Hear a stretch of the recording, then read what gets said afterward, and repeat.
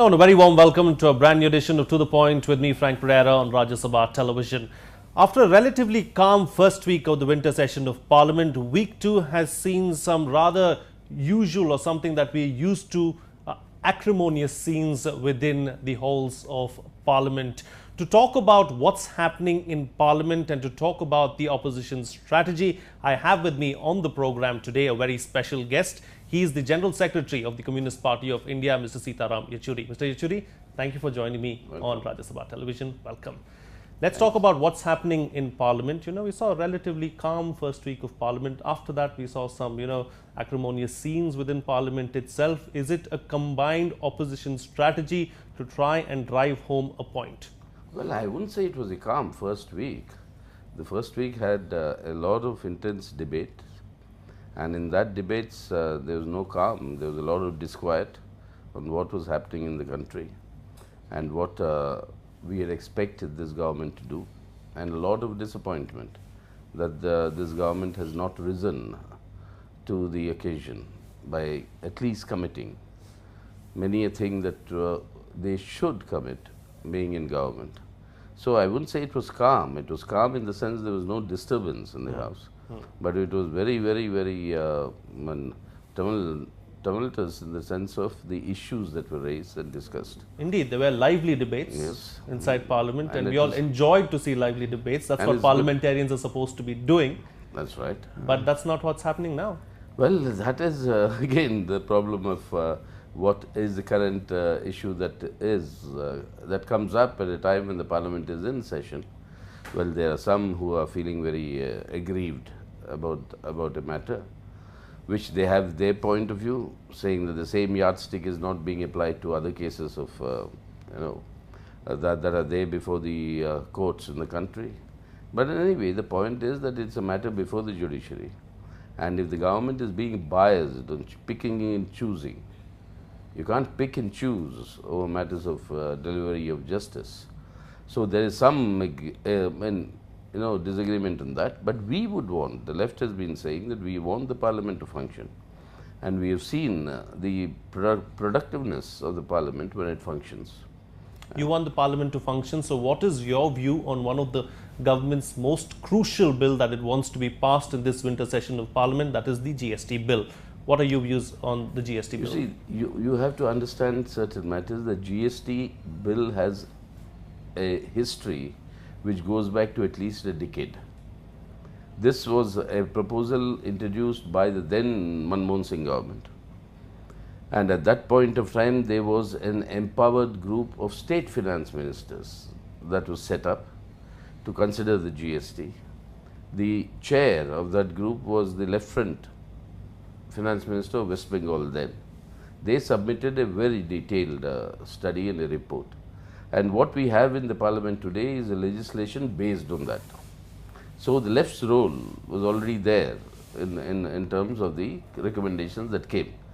Now, at that point, and that is a point of contention even today, according to our constitution and the federal structure we have, there is very limited scope for the state governments to raise resources and to implement programs which they have promised to the people during the state assembly elections. Now, the only major area where they can raise resources is the state sales tax. Now, with the VAT coming in, half of that authority has already been eroded. Now, with the GST, that authority will completely cease. So naturally, the states have had a certain problem, and they want that to be addressed. So we have been asking this government, and particularly Prime Minister Modi, that for 6 years, this GST bill was stopped during the earlier government by the state governments led by the BJP. And as the Chief Minister of Gujarat then, Mr. Modi personally, for 6 years argued against the GST. So we asked the government, what has happened with your consultations with the state governments? You consult them, come back and tell us what is the position. A producing state, for instance, where there's a lot of industry that's producing, they lose out with the GST. Many a non-producing state or a consuming state, they gain or the other way around in certain cases. Now the point is, how do you compensate the states? So are you saying then in principle that you're not against the GST bill? GST bill in principle we never have been, but this principle of the federal rights, how is that going to be protected? What are the mechanisms? That can be worked out. Earlier we had the Planning Commission. That used to be the forum. But now the Planning Commission doesn't exist. What has come in its place? The so-called Niti Aayog doesn't have this mandate of talking to the state governments and doing it. Till date, not a single all-party meeting was convened by this government on this issue. So where is the consultations? Now, if there's some consultations happening with the state governments, we should know, no? There are some state governments we know who are very strongly opposed to this measure. Now, how do you want to bring that in or accommodate that? Now, these are matters that need to be settled. And any amendment to the Indian Constitution, this GST requires an amendment. Yes, it's a constitution amendment bill. Amendment bill. Now, any amendment to the Constitution, particularly in such matters, needs to be ratified by 50% of the states. Yes. And now, if that is the issue, has that consensus been built up? We do not know. Now, the government is trying to say that we want the GST, the opposition is stalling it. That's not the case. I mean, the government has to explain why they, when they were not in government, opposed this. Why are they supporting this now? What is the change that has happened? What is the safeguards that you've incorporated? Nothing of this has been told to the Parliament. So the GST is not happening. It is not happening because of a lack of clarity on the part of the government. What are your suggestions? What amendments do you want to be made to the GST bill? This federal principle. Now the states lose their rights to raise resources. Now how do you compensate for it? Now there is a term that is called a tax neutral rate. Yes. Now what we are saying is, let us have a tax fair rate. There is a big difference between what is neutral and what is fair. What is fair? I mean, what are the resources of that state? How it contributes? So it should get a greater share of for those resources. Now, you know, these are matters that require a nitty-gritty discussion. No, but there is no scope. I mean, nothing, no opportunity has been created by this government to do that. And then to expect, saying GST will automatically, you know, increase the GDP by 1.5 to 2 points. Now, how, for heaven's sake, tell us? Anybody who's done some rudimentary economics would like to know all the GST will do, prima facie, is that it will remove the bureaucratic hassles for corporate India in terms of multiple tax structures.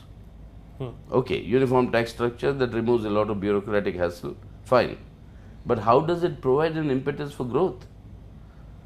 Now, you know, that is a question you're begging for an answer. Now, and that is where we come in to the picture, saying if you're linking it with growth, growth in India cannot happen unless the people's purchasing power grows. Now today, you have a world in a recession or virtually a stagnation. Exports are declining very rapidly because there is no global market.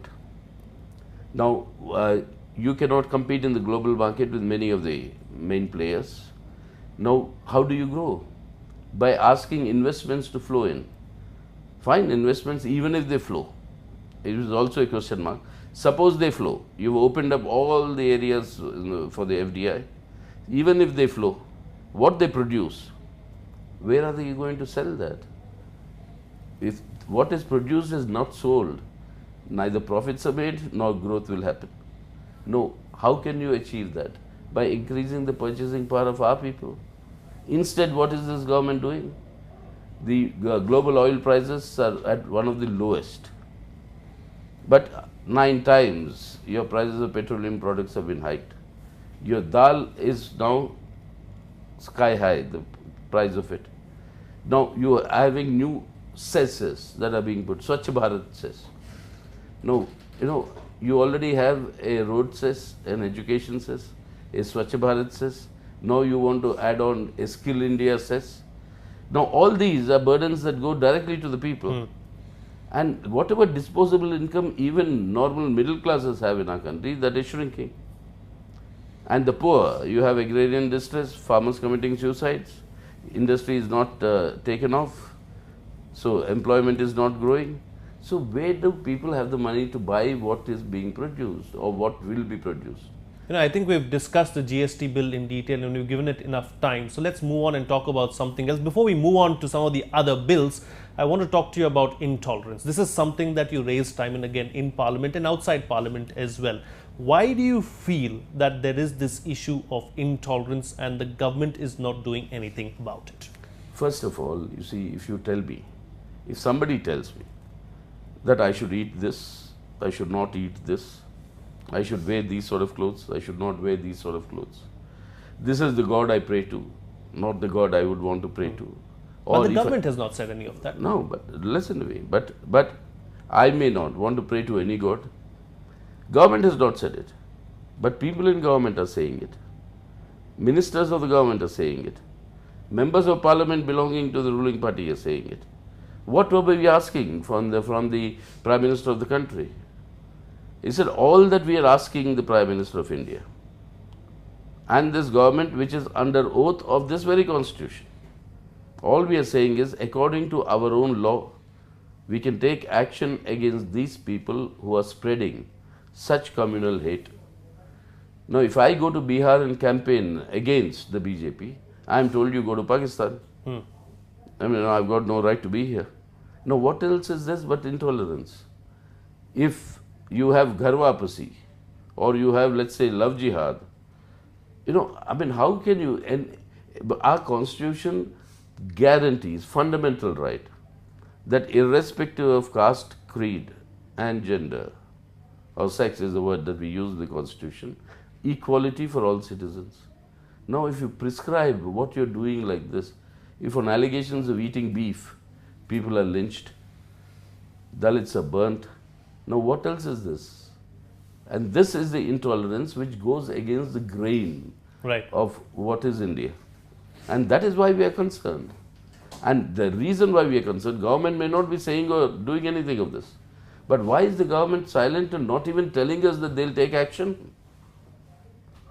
How come that you have people preaching this communal hatred and intolerance and there's no action against them? We have so much more to talk about, but we'll have to slip into a short break now. We'll continue talking to Mr. Yechury on the other side. Stay tuned. We'll be right back.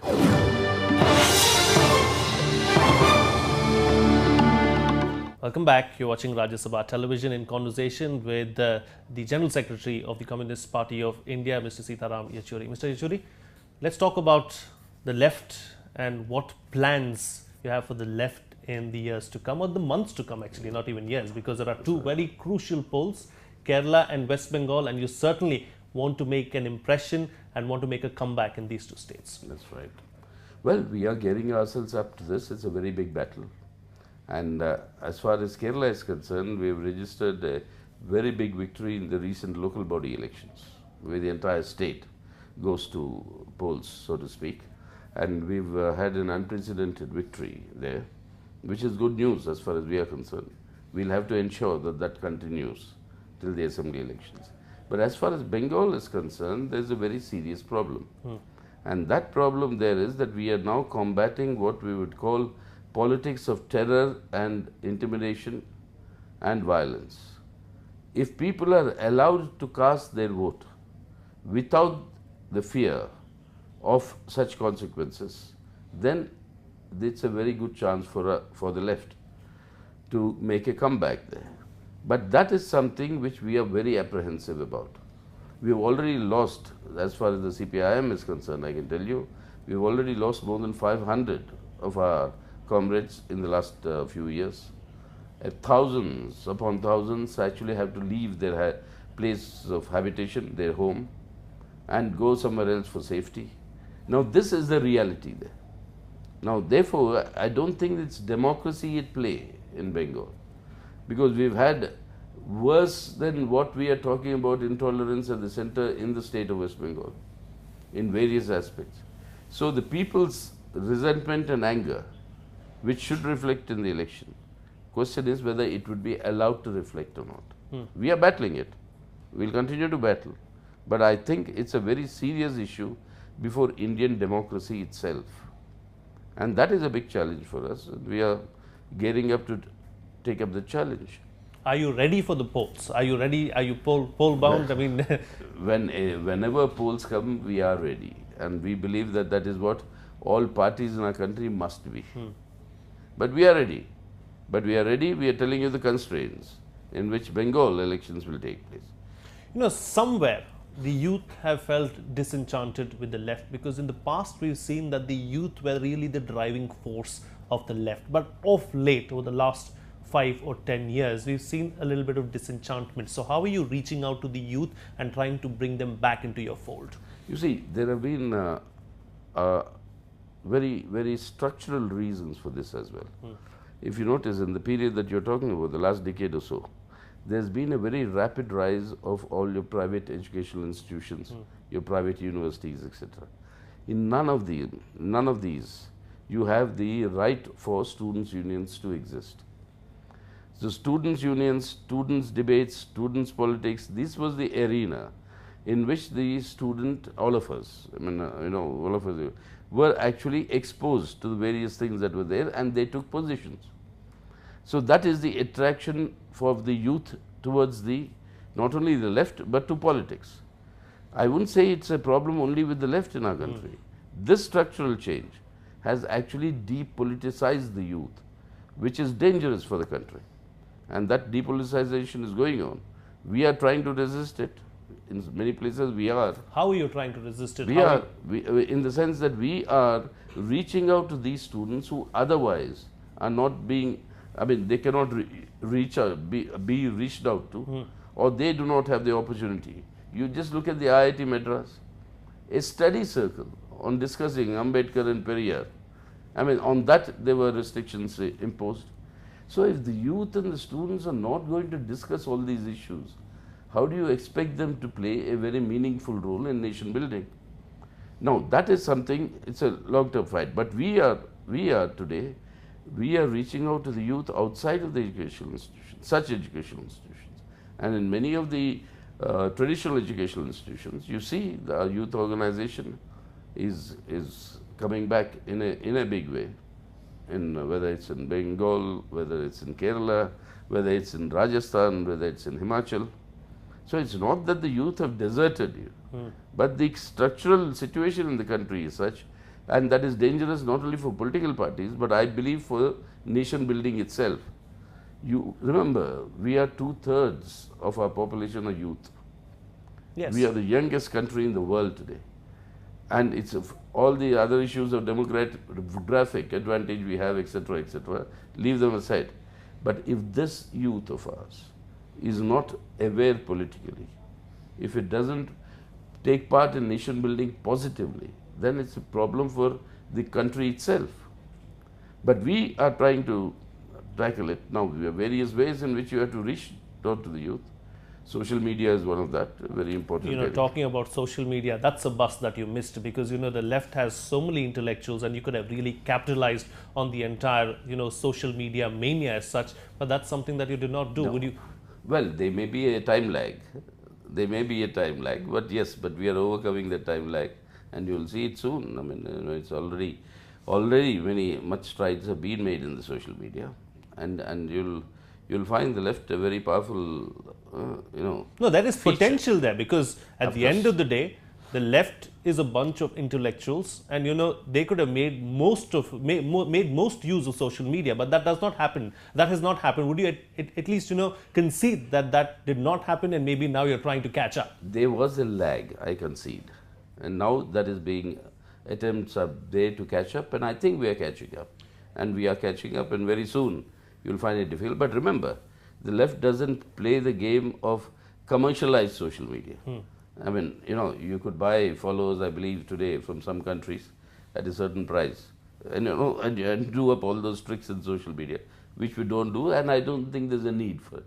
There is a thirst among the Indian youth to know the truth, know the facts, and know a scientific basis for what is happening.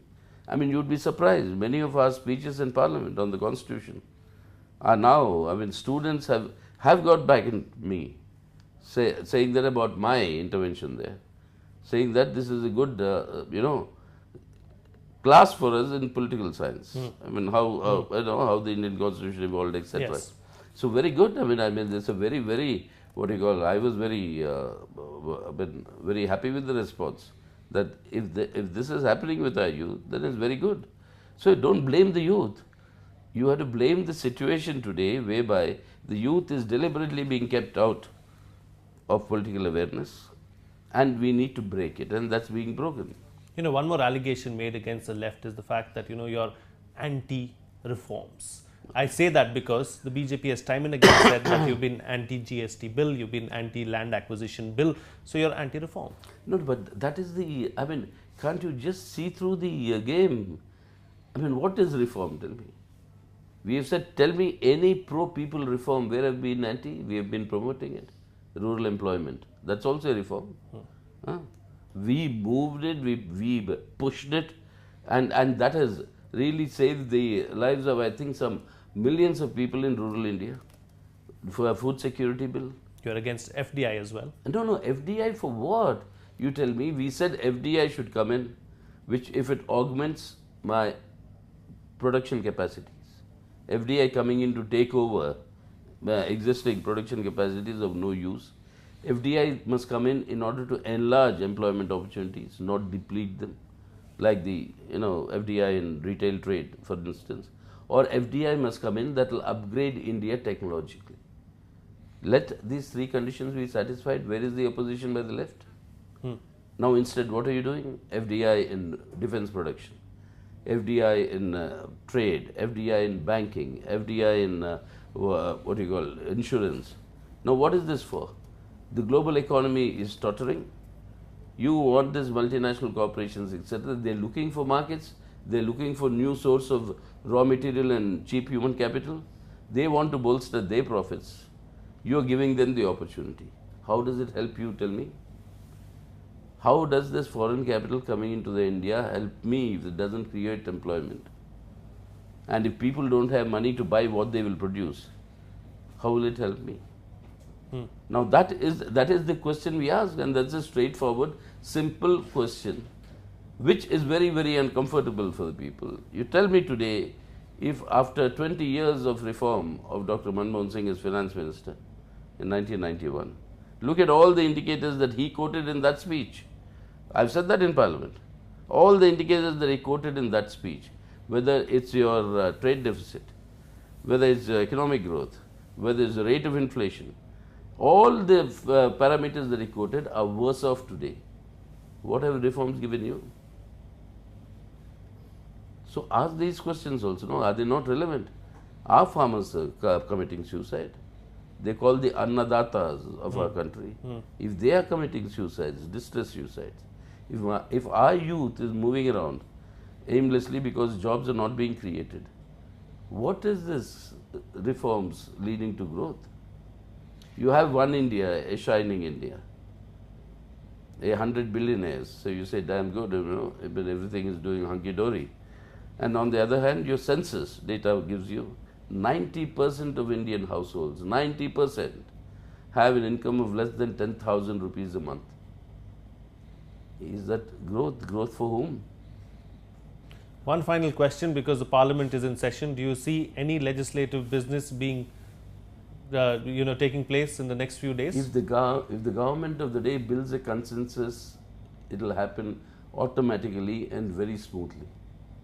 The consensus. So you're saying the onus is on the government now to ensure that the House functions? Absolutely. Absolutely, the onus is on the government, because consensus building for functioning of the Parliament has to be done mainly outside of it. It can be done even inside of it, but not inside the houses. One allegation made in the past is that the government has not reached out to the opposition. Is the government making efforts to reach out to the opposition? I mean, none whatsoever as far as we know, because they have not reached out to us on any of the matters. If they're reaching out to somebody else, then maybe an ephemeral figure that goes back to Hindu mythology, but not about the existing reality. Okay. On that note, we'll have to call it a wrap on this edition of To The Point. Thank you so much, Mr. Yechury, for joining me on the program and sharing your views on several of those topics that we discussed here. Thank you. That's all the time we have. Thank you so much for watching. See you again next time.